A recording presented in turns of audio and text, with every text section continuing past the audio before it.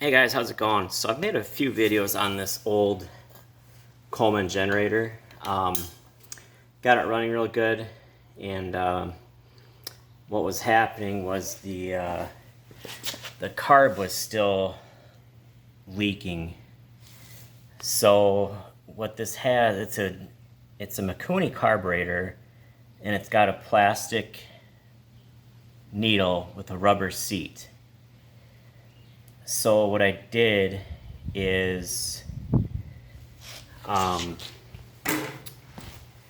picked out the rubber seat with this, and the old piece of rubber is right here. And then what I did is I ordered off Amazon this needle and seat for a Briggs & Stratton. So there's the part number, and it actually looks like that. So this one is too big to fit in the bore for that carburetor. So what I did is I just put it on a drill bit and turned it down on the grinder, you know, just like this.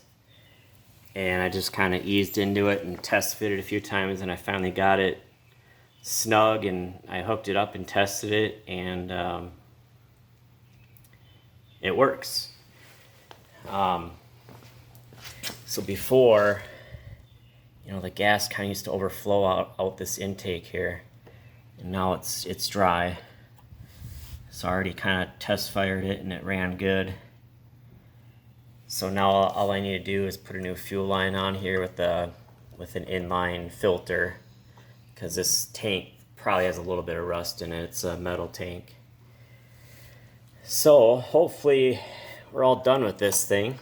It's an awesome little machine. It's a 2400 watt continuous with the Suzuki motor. So yeah, I just wanted to share the fix for this. Check out the other videos. I have a couple on this and a bunch of other videos, so thanks for watching.